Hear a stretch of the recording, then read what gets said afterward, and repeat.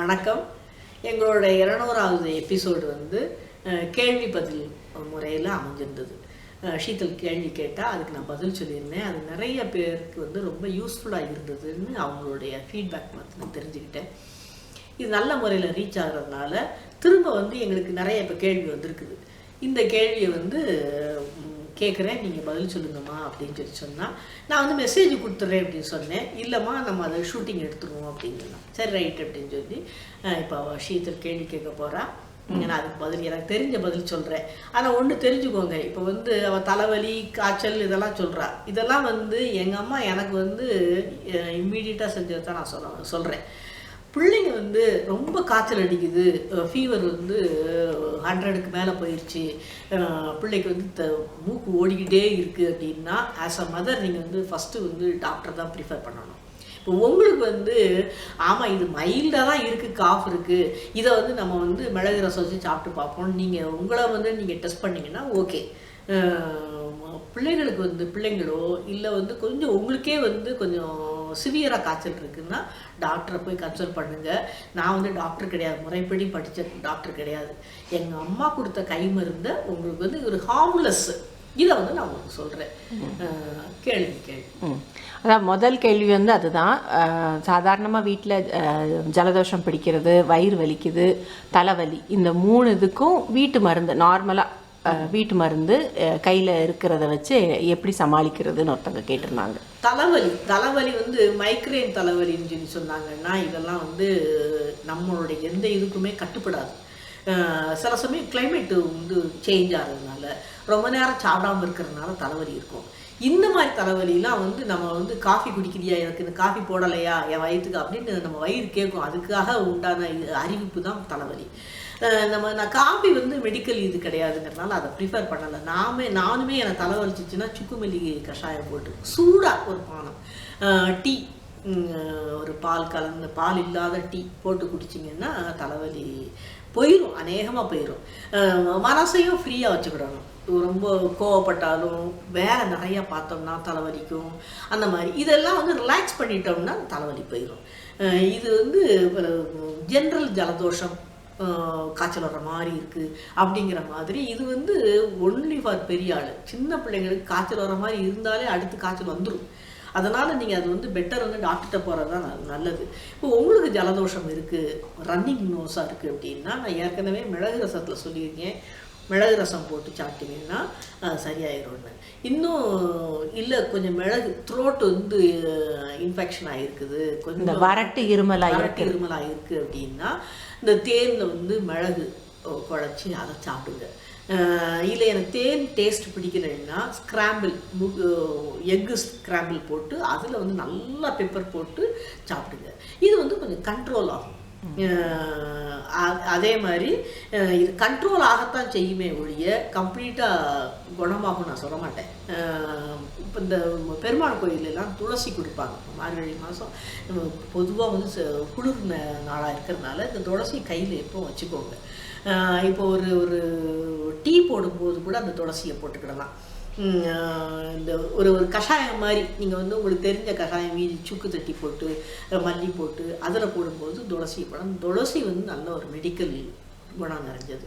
இந்த கஷாயம் எப்படி செய்கிறதுன்னு நான் உங்களுக்கு ஒரு தடவை சொல்லி காமிக்கிறேன். நம்ம பக்கத்தில் தூதுவளை செடி கிடைக்கும். அந்த தூதுவளை செடிக்கும் ஜலதோஷம் கண்ட்ரோல் ஆகும்.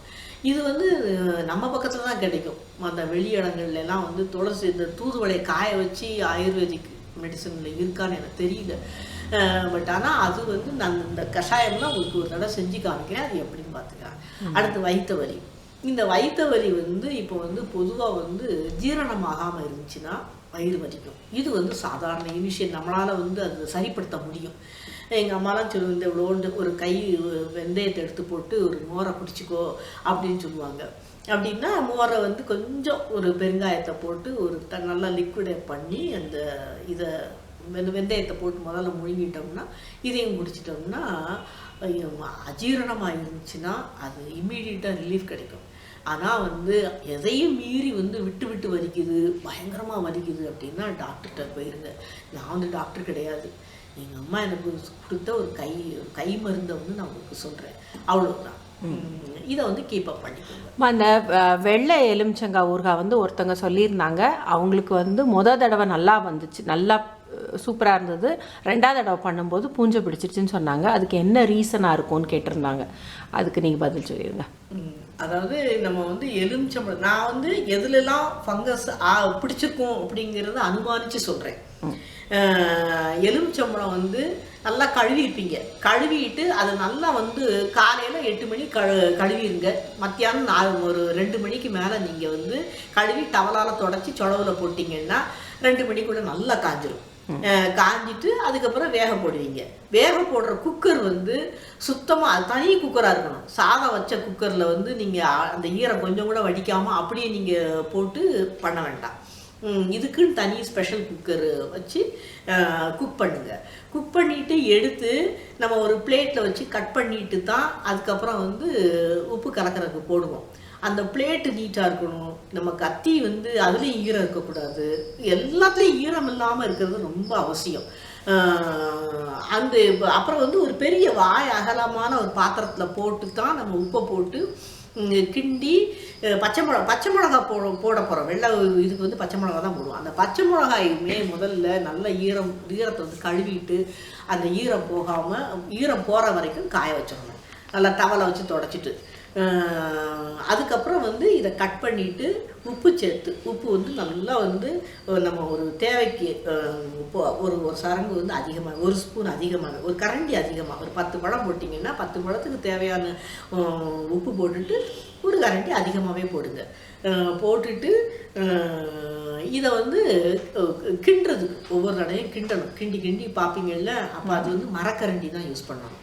அந்த மரக்கரண்டியும் சுத்தமாக இருக்கணும்.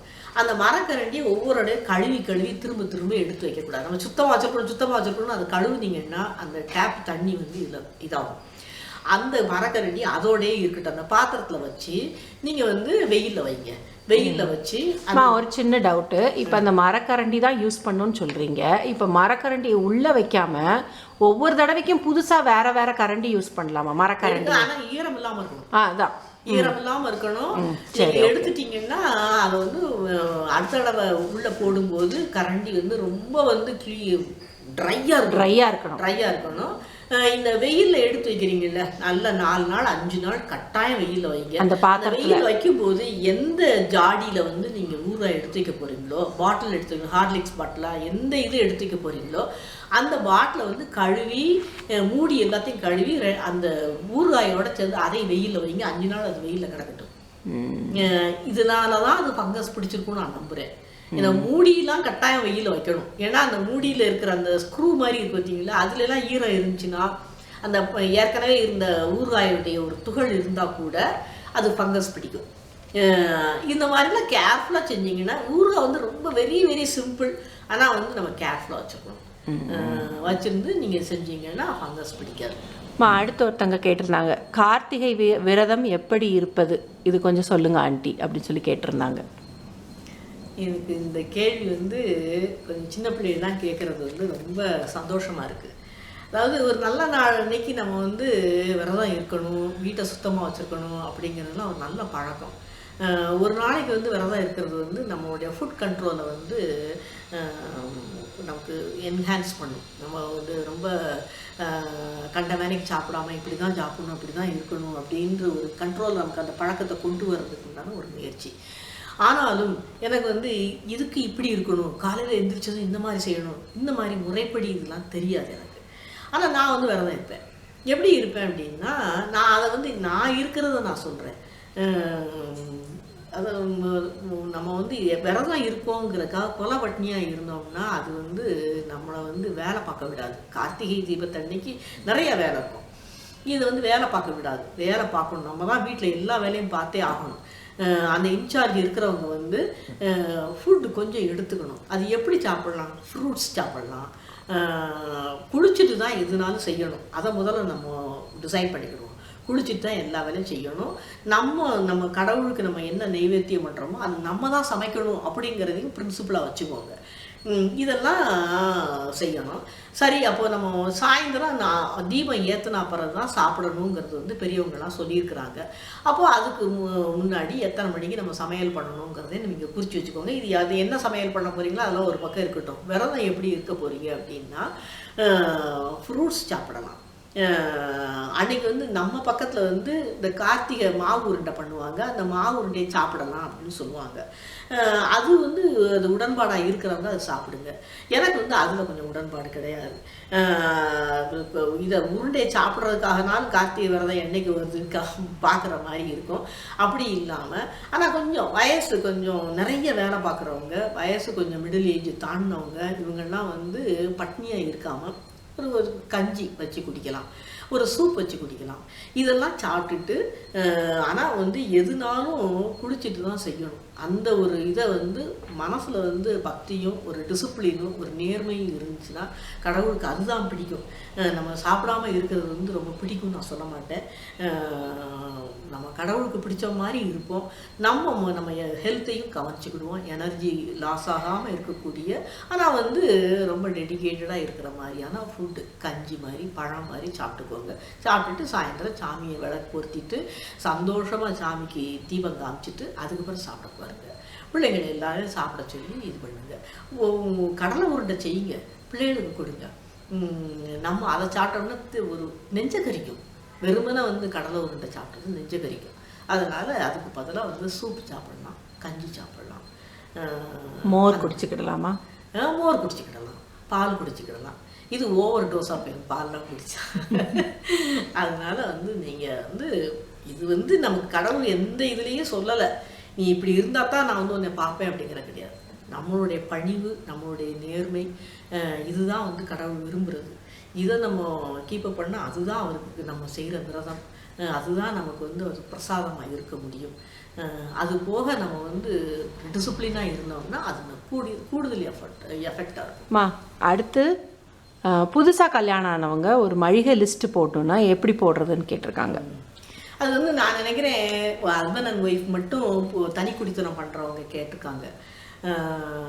சரி, இந்த இது வந்து என்னுடைய எக்ஸ்பீரியன்ஸே நான் சொல்கிறேன். எனக்கு வந்து நான் வந்து ஒரு பெரிய கூட்டு குடும்பத்திலேருந்து வந்தவா. எனக்கு வந்து நான் தனியாக பூனாவில் இருக்கும்போது எனக்கு கொஞ்சமாக வாங்க தெரியாது. எதுனாலும் நிறையா வாங்கி புளியெலாம் வந்து 2 கிலோ அப்படிலாம் வாங்கியிருக்கிறேன். வாங்கி அது காலியே ஆகாது. புளிக்குழம்பு தினம் வைக்க மாட்டோம், காலியே ஆகாது. அதுக்காக இப்போ வந்து நீங்கள்லாம் இந்த மாதிரி யோசனை எங்கள்கிட்ட கேட்குறீங்க. எங்களுக்கு யோசனை கேட்குறதுக்கு கூட பக்கத்தில் ஆள் இருக்க மாட்டாங்க. ரொம்ப தூரத்தில் அம்மா இருந்ததுனால அப்போ ஃபோன் வசதிலாம் இப்படி கிடையாது. நீங்கள் எப்படி செய்யலாம் அப்படின்னா, துவரம்பருப்பு, கடலைப்பருப்பு, பாசிப்பருப்பு இதெல்லாம் வந்து நீங்கள் ரெகுலராக யூஸ் பண்ணுறதா இருந்தீங்கன்னா, துவரம்பருப்பு ரெகுலராக யூஸ் பண்ணுவோம் நம்ம. அதனால் வந்து இப்போ 2 பேருக்கு உண்டான 1 மாதத்து இதில் வந்து துவரம்பருப்பை 1/2 கிலோ வாங்குங்க, 1 கிலோ வாங்காதீங்க. ஏன்னா சில பருப்புலாம் வந்து அடியில் வந்து மாவாக போயிடும். அந்த மாவாக போகுது அப்படின்னா ஏதோ ஒரு வண்டு ஏதோ இருக்குதுன்னு அர்த்தம். நம்ம கண்ணுக்கு தெரியாட்டா கூட துவரம்பருப்பு டெஃபினட்டாக 1/2 கிலோ வாங்குங்க. கடலைப்பருப்பு நீங்கள் வடை சுட போகிறீங்க, இல்லை குழம்பு வைக்க போகிறீங்க அப்படின்னா கடலைப்பருப்பு வந்து நீங்கள் முதல்ல நீங்கள் வாரத்துக்கு ஒருக்க வடை சாப்பிட்றவங்களா இருந்தால் 1/2 கிலோ வாங்கிக்கிடலாம். இல்லை வந்து நம்ம எவையாவது ரேராக தான் பண்ணுவேன் அப்படின்னா நீங்கள் 1/4 கிலோ மட்டும் வச்சுக்கோங்க. ஏன்னா இந்த பருப்பு எல்லாமே வந்து உளுந்த பருப்பாக இருக்கட்டும், பாசிப்பருப்பாக இருக்கட்டும், கொஞ்ச நாளைக்கு கவனிக்கல, டப்பா திறந்து பார்க்கல அப்படின்னா டெஃபினட்டாக அது வந்து அடியில் மாவாக போயிடும். அதனால் வந்து இப்போ தோசைக்கு நீங்கள் போட போகிறீங்க, அதனால் உளுந்து வந்து இருக்கணும். இருந்தால் தான் வந்து அது வந்து 1/2 கேஜி, ஒரு சின்னது 1/4 கிலோ பாக்கெட் தனியாக ஒன்று. அப்போனா மொத்தத்துக்கு 3/4 கிலோவாக வாங்காமல் 1/2 கேஜி பாக்கெட் ஒன்று, ஒரு 1/4 கிலோ பாக்கெட் ஒன்று தனியாக வாங்கி வச்சுக்கிட்டிங்கன்னா இது கொஞ்சம் தீர்ற மாதிரி இருக்கிற நேரத்தில் இதையும் போட்டிங்கன்னா அந்த மாதத்துக்கு சரியாக இருக்கும்.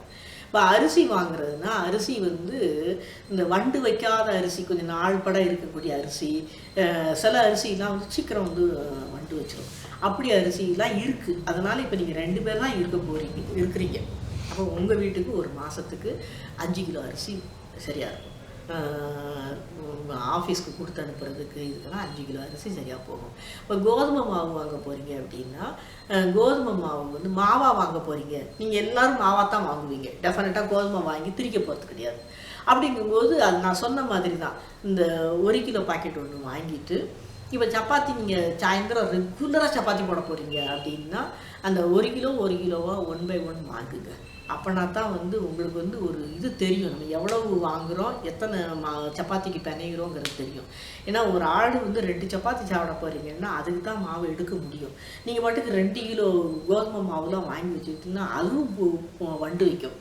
அதனால 1 கிலோ வாங்குங்க. மைதா மாவு தயவு செய்து நீங்கள் வந்து பலகாரம் செய்கிறதா இருந்தால் மட்டுமே 1 கிலோ வாங்கணும். அந்த வாங்காத பீரியட்லனா 1/2 கிலோ இல்லாட்டினா 1/4 கிலோ வாங்கினா போதும். ஏன்னா நம்ம வந்து காலிஃப்ளவர் மஞ்சூரியன் போடுறோம், அதுக்கு மைதா மாவு வேணும் அப்படின்னா மட்டும்தான் நம்ம எடுக்க போகிறோம். எப்போ பார்த்தாலும் வந்து மைதா மாவில் பலகாரம் செய்ய மாட்டோம். அந்த பலகாரம் செய்ய போகிறோன்னு சொன்னால் மட்டும் நீங்கள் சூப்பர் மார்க்கெட் இப்போ வீட்டுக்கு பக்கத்தில் எங்கேனாலும் கிடைக்குது, நீங்கள் மைதா மாவு வாங்கிட்டு வந்துடலாம். பச்சரிசி மாவு, இந்த பச்சரிசி மாவு வந்து எப்போ பார்த்தாலும் கொழக்கட்டை செய்ய மாட்டோம். இந்த இது வந்து சமையலுக்கு, நித்திய சமையலுக்கு வந்து தேவையில்லாத ஒரு விஷயம். இந்த பச்சரிசி மாவு ஆனால் இருந்தால் தான் எனக்கு வந்து சமயத்துக்கு உதவும் அப்படின்னா 1/4 கிலோ பச்சரிசி மாவு வாங்கிக்கோங்க. இல்லை 1/2 கிலோ வாங்கின 1/2 கிலோ தான் கிடைக்கும். சில மாவுலாம் வந்து 1/2 கிலோ பாக்கெட் தான் கிடைக்கும், 1/4 கிலோ பாக்கெட் கிடைக்காது. அப்படின்னா அந்த 1/2 கிலோ பாக்கெட்டை வாங்கி அதை கிளிப் பண்ணி ஃப்ரீசரில் போட்டு வச்சுக்கோங்க. இப்போ வந்து சேமியா இருக்குது, ரவை இருக்குது. இந்த ரவை வந்து நம்ம அப்பப்போ உப்புமா கிண்டிக்கிடுவோம், அதெல்லாம் இது பண்ணிக்கிடலாம்.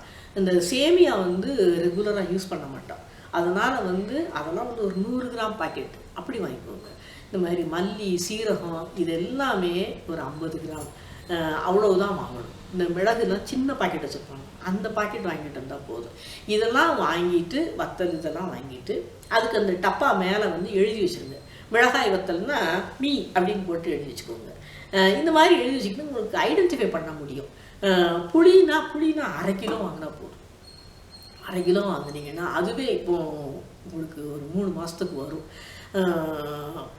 அந்த மாதிரி இப்படி ஒரு கரெக்டாக நம்ம எதுலாம் நமக்கு தேவையோ, அந்த எண்ணெயுமே வந்து தேங்காய் எண்ணெய் வந்து நம்ம பெரிய அது எவ்வளோ நாள் வாங்கிக்கலாம். இந்த பெரிய பாட்டில் எதுனாலும் நம்ம தலைக்கு தடவுறதுக்கு, நம்ம அவியலுக்கு போடுறதுக்கு அதுதான் நம்ம செய்ய போகிறோம். அது கெட்டு போகிறது கிடையாது. ஆனால் வந்து நல்லெண்ணெய், இது இந்த சமையல் எண்ணெய் இதெல்லாமே வந்து 1 கிலோ பாக்கெட் வாங்கி வச்சுக்கோங்க. மிச்சம் இருந்துச்சுன்னா அடுத்த மாதத்துக்கு நம்ம யூஸ் பண்ணலாம். அது கெட்டு போகிற சமாச்சாரம் கிடையாது, அதனால் அந்த மாதிரி வாங்கி வச்சுக்கலாம். இப்படி வந்து இந்த பச்சரிசி, பொங்கலுக்கு நம்ம போடுற பச்சரிசிலாம் நீங்கள் அது வந்து சீக்கிரம் கண்டுபிடிக்கும். நீங்கள் 1/2 கிலோ வாங்கிட்டு அந்த பிரியாணி அரிசி இந்த மாதிரி சமாச்சாரத்தெல்லாம் நீங்கள் போட்டுட்டு டக்குன்னு அந்த ஃப்ரிட்ஜ்லேயோ ஃப்ரீசர்லேயோ அதை போட்டு வச்சுட்டிங்கன்னா வண்டு வைக்காமல் இருக்கும்.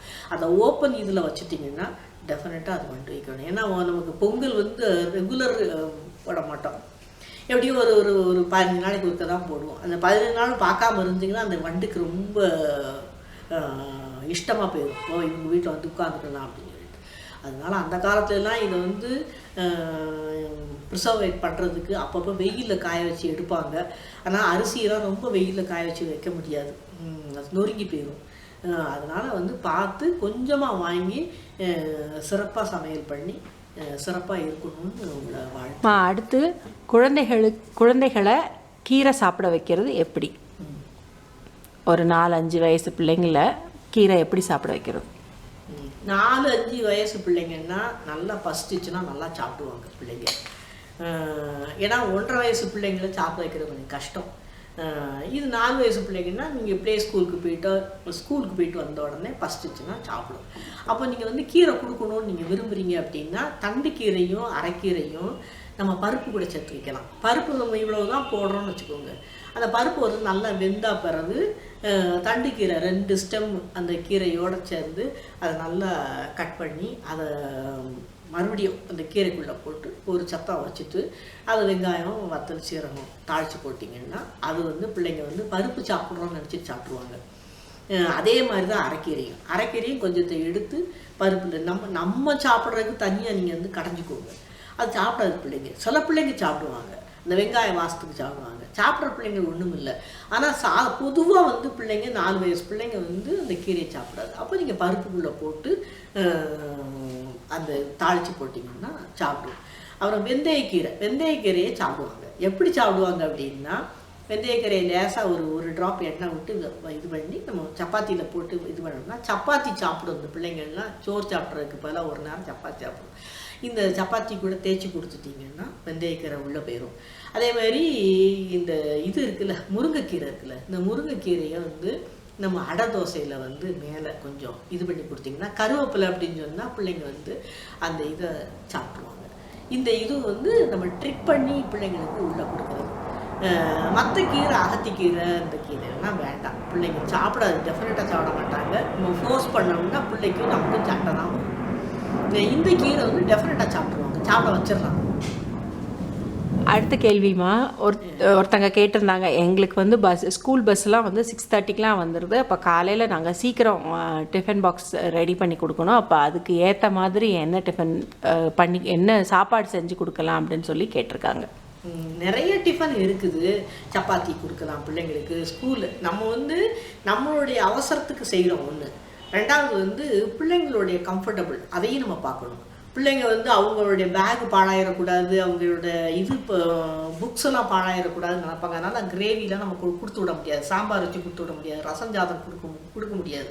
ஏன்னா ரசம் ஜாதம்னா ரொம்ப குயிக்காக செஞ்சிட முடியும். அப்போ நீங்கள் சீக்கிரமும் செய்யணும், பிள்ளைங்களுடைய கம்ஃபர்டபுளாகவும் இருக்கணும். அப்படின்னா ஃப்ரைட் ரைஸ் மாதிரி செஞ்சு கொடுக்கலாம். ஃப்ரைட் ரைஸில் வந்து நீங்கள் வந்து பிள்ளைங்களுக்கு ஹெல்த்துக்கு தேவையான எல்லா காய்கறியும் போடலாம். காலிஃப்ளவர் போடலாம், கேரட் போடலாம், பட்டாணி போடலாம், எல்லாம் போடலாம். இதை வந்து பிள்ளைங்களுக்கு ஃப்ரைட் ரைஸ்னால் அது ரொம்ப பிடிக்கும். சப்பாத்தி பண்ணலாம். சப்பாத்திக்கு வந்து ட்ரையாக வந்து வெஜிடபிள்ஸை வந்து ஸ்டஃப் பண்ணி சுருட்டி கொடுங்க. இதெல்லாம் பிள்ளைங்க விரும்பி சாப்பிடுவாங்க. அதே மாதிரி ப்ரெட்டு, ஆம்லெட்டு அந்த மாதிரி போட்டு கொடுங்க. இதெல்லாம் குயிக்காகவும் செய்ய முடியும், பிள்ளைங்களுக்கு ஹாப்பியாகவும் சாப்பிடும்.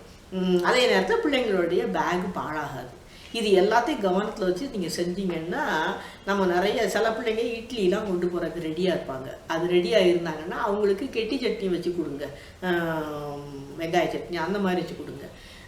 இதில் வந்து லிக்விடாக எதுவுமே கொடுக்காதீங்க. அது கொடுத்தீங்கன்னா பிள்ளைங்களுக்கு பிடிக்காது. அது வந்து நான் ஒருத்தர் மட்டும்தான் இப்படி கொண்டு போகிறேன் அப்படின்னு சொல்லி பிள்ளைங்க நம்ம கூட சண்டை போடும். அதனால் வந்து ட்ரையாக இருக்கிற மாதிரி குயிக்காக செய்கிற மாதிரினா chapati, fried rice, bread omelette இந்த மாதிரி கொடுத்தீங்கன்னா பிள்ளைங்களும் ஹாப்பியாக இருப்பாங்க, ஃபுல்லாக சாப்பிட்ருவாங்க. நமக்கும் வந்து பிள்ளைங்க சாப்பிட்டாங்கன்னு சந்தோஷமாக இருக்கும். ஃபைனலாக அவங்ககிட்ட ஒன்று, இன்றைக்கி வந்து இந்த தடவை நான் நிறையா கமெண்ட்ஸ் பார்த்தேன். அதில் வந்து நீங்கள் சில ரெசிபி வந்து எங்கள்கிட்ட ரொம்ப விருப்பமாக கேட்குறீங்க. கேட்டுட்டு நான் வந்து ஒரு 40 டேஸ்க்கு ஒருக்க 50 டேஸ்க்கு ஒருக்க தான் நான் பெங்களூர் வருவேன். பெங்களூர் வந்தால் பிறகு தான் நாங்கள் ஷூட்டிங் எடுப்போம். அந்த டைமில் வந்து நான் இருக்கிற ஒரு வாரத்துலேயே எனக்கு 2-3 தடவை வந்து நான் கேட்ட ரெசிபி போடலைன்னு சொல்கிறீங்க. நாங்கள் வந்து ஒரு ஷெட்யூல் ஃபார்ம் பண்ணிட்டு தான் நான் வருவேன். இன்னும் நம்ம எடுக்க போகிறோம் அப்படின்னு சொல்லிட்டு தான் வருவேன் நான். அப்படி வரும்போது நாங்கள் அதுக்கு வந்து உங்களுடைய சாய்ஸை வந்து நாங்கள் வந்து மனசில் வச்சுருக்கோம். ஆனால் அதே நேரத்தில் வந்து நாங்கள் ஷெட்யூல் படி நாங்கள் ரெடியாக இருக்கிறதுனால அதை முதல்ல செஞ்சிடறோம். நீங்கள் வந்து இதை நீங்கள் எப்போ செஞ்சு கொடுக்க போகிறீங்க அப்படின்னு நீங்கள் கேட்குறது வந்து எங்கள் அன்பு கட்டளையாக இருக்குது. இதை வந்து டெஃபினட்டாக வந்து நாங்கள் செஞ்சு கொடுப்போம். ஆனால் ஒரு டைம் இப்போ நீங்கள் இருக்குது, ஒரு தீபாவளியை ஒட்டி தான் நம்ம ஸ்நாக் ஐட்டம் செய்ய முடியும். கார்த்திகை தீபத்தை ஒட்டி தான் சில இதை செய்ய முடியும். பொதுவாக ஜென்ரலாக செய்கிறதுனா ஒரு புதுசாக ஒரு குழம்பு, புதுசாக ஒரு காய் அப்படி நம்ம சொல்லிக்கிட்டே போகிறது தான் நல்லாயிருக்கும். திடீர்னு ஒரு ஸ்நாக் ஐட்டம் சொல்லும்போது நம்ம வந்து ஒரு நல்ல நாள், ஒரு பொங்கல் வரணும், ஒரு நியூ இயர் வரணும் அப்படின்னு நாங்கள் வெயிட் பண்ணி நாங்கள் செய்கிறோம். சில இது வந்து சம்மர் ரெசிபீஸ் இருக்குது, லைக் வடகம், ஊறுகாய், இதெல்லாம் சம்மரில் பண்ணால் தான் நல்லாயிருக்கும். ஆனால் எல்லாருடைய ரெக்வெஸ்ட்டும் நான் ஒரு டைரி போட்டு எழுதி வச்சுருக்கேன். ஸோ ஒன்றா வி ஆர் ட்ரையிங் டு எல்லாத்தையும் நாங்கள் ஃபுல்ஃபில் பண்ண ட்ரை பண்ணிக்கிட்டே இருக்கோம் நாங்கள். ஸோ கொஞ்சம் மேக்ஸிமம் இல்லை 100% வந்து நீங்கள் கேட்குறத கட்டாயம் செஞ்சு கொடுத்துருவோம் நாங்கள். அதுக்காக வெயிட் பண்ணணும். கொஞ்சம் டைம் எடுத்துச்சுன்னா சாரி, அதை நாங்கள் டைம் ஆனாலும் செஞ்சுருவோம். ஹாய் ஷீதல், என்னமோ கேள்வி கேட்க போகிறேன்னு சொன்னியே, என்ன கேள்வி? என்னோட ஃப்ரெண்ட்ஸ் 2-3 பேர் வந்து எனக்கு ஃபோன் பண்ணி கேட்டாங்க. நான் சிவகாசி சமையல் பார்க்குறேன், அம்மா ரொம்ப நல்லா பண்ணுறாங்க, ஆனால் நடுவில் நீயே வந்து பேசிக்கிட்டு இருக்க. நடுவில் அம்மா தான் கிளியராக பேசுகிறாங்கல்ல, எல்லாமே பர்ஃபெக்டாக சொல்லி தர்றாங்க. நீயே நடுவில் வந்து உன் வாய்ஸ் கொடுக்குற அப்படின்னு சொன்னாங்க. அதுக்கு நான் ஒரு பதில் நான் ஒரு பதில் சொல்லிடுறேன். அதாவது இப்போ உங்ககிட்ட வந்து நாங்கள் லைவ்லியாக வந்து செஞ்சு காமிக்கிறோம். நான் அயாமா இவ அத்தை அப்படின்னு நினச்சிக்கோங்க. யங்ஸ்டர்ஸ்லாம் ஃப்ரெண்ட்ஸ்லாம் வந்து நான் அம்மா இவ பொண்ணு அப்படி நினச்சிக்கோங்க. அப்படி நினச்சிட்டிங்கன்னா உங்கள் கண்ணு முன்னாடி நாங்கள் வந்து டெமோ காமிக்கிறோம், ஒரு லைவ்லியாக காமிக்கிறோம். லைவ்லியாக இருந்தால் தான் எதுவுமே சுவாரஸ்யமாக இருக்கும், கேட்குறதுக்கு வந்து இன்ட்ரெஸ்டிங்காக இருக்கும். இவ குறுக்க பேசுறது வந்து எனக்கு வந்து அது வந்து டிஸ்டர்பன்ஸாக இல்லை. உங்களுக்கு டிஸ்டர்பன்ஸாக இருந்துச்சுன்னா அது காமெடியாக எடுத்துக்கோங்க, அது ஹாப்பியாக எடுத்துக்கோங்க. அதுதான் வந்து லைவ்லியாக இருக்கும் அப்படின்னு நான் நம்புகிறேன். அடுத்து நீ என்ன சொல்லணும் ஃப்ரெண்ட்ஸ்கிட்ட சொல்ல? நான் ஃப்ரெண்ட்ஸ் கிட்ட என்ன சொன்னேன்னா, நான் இருக்கேங்கிறது உங்களுக்குலாம் தெரியணும்ல, இல்லைன்னா எங்கள் அம்மா மட்டும் ஃபேமஸ் ஆவாங்க, நானும் ஃபேமஸ் ஆகணுன்றதுனால நான் அப்படி சொன்னேன். அது இல்லை, அதாவது நீ இல்லாமல் வந்து சிவகாசி சமையல் கிடையாது, சந்தியா இல்லாமல் எடிட்டிங் கிடையாது. நம்ம 3 பேருடைய உழைப்பு தான் இது. அதனால் வந்து இது ஒன்று ஒரு ஃபேமஸ் ஆகிறது அதெல்லாம் கிடையாது. எனக்கு வந்து லைவ்லியாக இருக்கணும். ரொம்ப வந்து நம்ம வீட்டு கிச்சனில் வந்து நம்ம அம்மா சொல்லி கொடுக்குறாங்க, நம்ம ஷீதல் கேட்குறா அப்படிங்கிற மாதிரி நீங்கள் ஃபீல் பண்ணிங்கன்னா அது ரொம்ப இன்ட்ரெஸ்டிங்காக இருக்கும், சுவாரஸ்யமாக இருக்கணும். அந்த சமையல் வந்து ரொம்ப ட்ரையாக டீச்சிங் மாதிரி இல்லாமல் இருக்கக்கூடாது. டீச்சிங் மாதிரி இருந்துச்சுன்னா உங்களுக்கு அது கேட்குறதுல இன்ட்ரெஸ்ட் இருக்காது. லைவ்லியாக இருந்தால் தான், நம்ம வீட்டில் இருந்து குக் பண்ணுற மாதிரி இருந்தால் தான் அது உங்களுக்கு கேட்குறவங்களுக்கு வந்து நல்லா இருக்கும். சில பாயிண்ட்ஸ் வந்து அவள் குறுக்க பேசுகிறதுனால உங்களுக்கு வந்து அது இது தடைப்பட்டு போகுது அப்படின்னா நீங்கள் திரும்ப கேட்டுக்கோங்க. ஏன்னா அவள் சில இது வந்து என்னை திருத்துற மாதிரி சொல்கிறதும், நான் வந்து அதை வந்து கிராஸ் பண்ணி போகிறதும் வந்து ரொம்ப அதுதான் வந்து நேச்சுரலாக இருக்க முடியும். அப்படின்னா தான் நல்லாயிருக்கும் அப்படின்னு நினைக்கிறேன். தேங்க்யூ ஃபார் யுவர் சப்போர்ட் அம்மா. தேங்க்யூ.